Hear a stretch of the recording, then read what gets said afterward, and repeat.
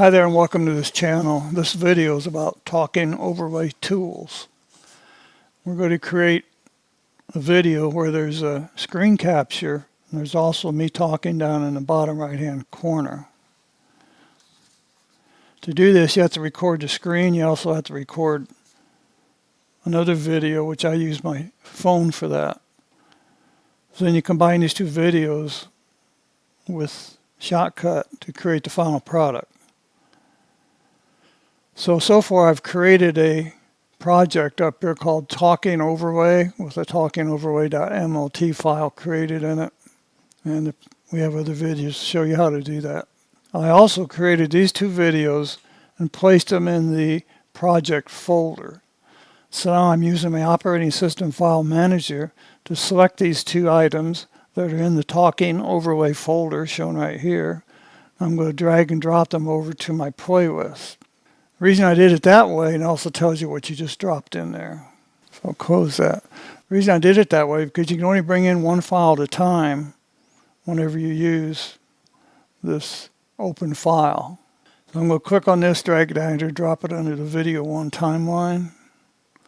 And we'll click and drag this phone video down here on the timeline above it, video number 2.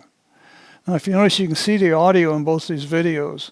What I want to lip sync the video portion up here to this microphone audio, because the microphone audio is much better than the phone audio. So you get them so they're approximately close together. Let's see, how can we do that?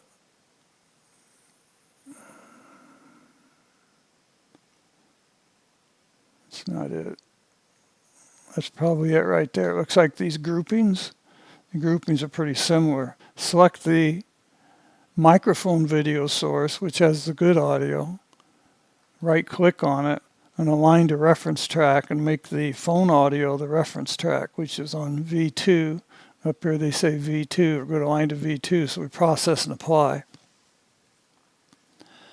And now it's completed that. Now if I play the thing, and now I'm going to turn off the phone audio over here on track video 2, because I don't want that because it has an unusual sound. So now we're just playing the microphone audio, and that's what I want. Okay, now we've aligned these two tracks. We want to keep them aligned forever. Unfortunately, there's no way to group tracks permanently that I have found in Shotcut. So we're going to go over here and establish the beginning of this video. So right here is where I want to start the video. So the bottom one's selected. If I click this split at playhead, then it splits the bottom one. I reselect the top one and split it again without moving the playhead.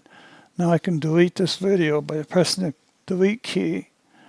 I can delete this video by pressing the delete key. And now the fronts of these videos are where I want them. Except I want the whole thing to start at the beginning. So you simply select one, control select the other, hold the control key, hit select. Now they will move together as a group. And when it's finished moving, it realigns everything. So now I have our video starting where we want it to start. The lip sync is in sync with the voice of the screen capture microphone. And we're ready to do some editing at this point. The first thing I want to do is, if you notice, if I bring this picture down in the bottom right hand corner, then I'm looking away from what I'm talking about. So I want to mirror this image first step. This sequence works best for me. So I select the video that I want to mirror. I go up here to my filters and search for mirror. MIR should be enough. There's the mirror. Now I'm looking the other way. Now I'm going to put it in the bottom right hand corner so I can add another filter to that video, which is size.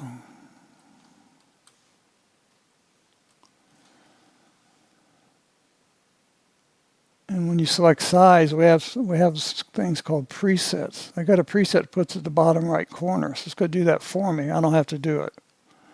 So now I want to crop the size of this video in the bottom right hand corner, so I simply add another filter to this video, crop. And sure enough, we have several options here. Circle, rectangle, source. You want to crop the source. If it's not the source, it crops the entire screen, including the video underneath it. So we only want to crop this upper video. So we got to crop the source right now. The source is what's selected. That's what's clicked. So we click on crop the source. And now we have these crop tools down here. We're going to bring the bottom up first. I found that works best. Start there and then bring the top down. Just click and drag. Bring the crop top down. About right there. Then we crop from the left. Notice what that does. It slides it to the right. So crop from the right first.